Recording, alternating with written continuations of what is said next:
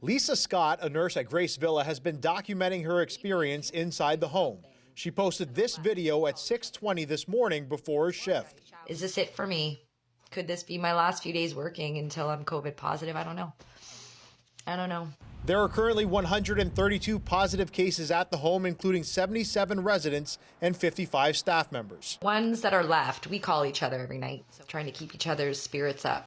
Scott was moved to the third floor of Grace Villa last Saturday, where she says there's little support. We need registered staff that are willing and PSW staff that are willing to come up to our third floor. The Grace Villa operator, APAN's Health Services, is working with 4 staffing agencies to address the shortage. There actually is a lot of support on the third floor. Our residents' cases are resolving on that floor. So what we're looking at is the level of acuity of residents on every floor, and we adjust the staffing accordingly. We spoke to Scott after her shift. She says 3 PSWs, 1 registered practical nurse, and 3 cleaners were on her floor today. You know, on those rainy days and you're like, man, I just want the sun, and you see that little shimmer of sunlight coming down. That's what I saw today. While today was good, she says it's not what she's experienced so far on the third floor.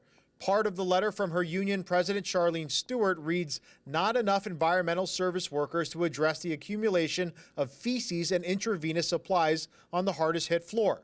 The situation has been described as a war zone. Here's how Scott describes it. This past Thursday, I was a housekeeper. I was making sure and cleaning up, and was there feces places? Yes, there was. My coworkers are busting their butts off. They are busting them off like garbage. The garbage has almost tripled, maybe quadrupled. In a statement to CHCH News, Hamilton Health Sciences, who have been installed to manage the outbreak, say HHS is providing administrative and clinical expertise to support infection, prevention and control practices, testing of residents and staff, and direct care to residents. Additional support services such as environmental and nutrition resources are also now in place.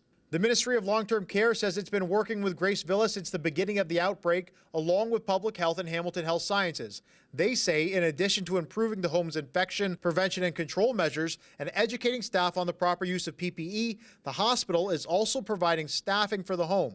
The home has an adequate supply of PPE, and N95 masks are available when needed. Scott has worked at Grace Villa since 2002 and doesn't envy the position management finds themselves in. Grace Villa is an amazing place to work. It's so tragic what's happening right now. Like it breaks my heart. We did reach out to the Minister of Defense regarding the military coming in to help Grace Villa, but did not hear back. And as far as the help that Lisa Scott received on the third floor today, she says that even that isn't enough going forward. There are currently 55 staff members with the virus, and one of them is in the intensive care unit. Back to you.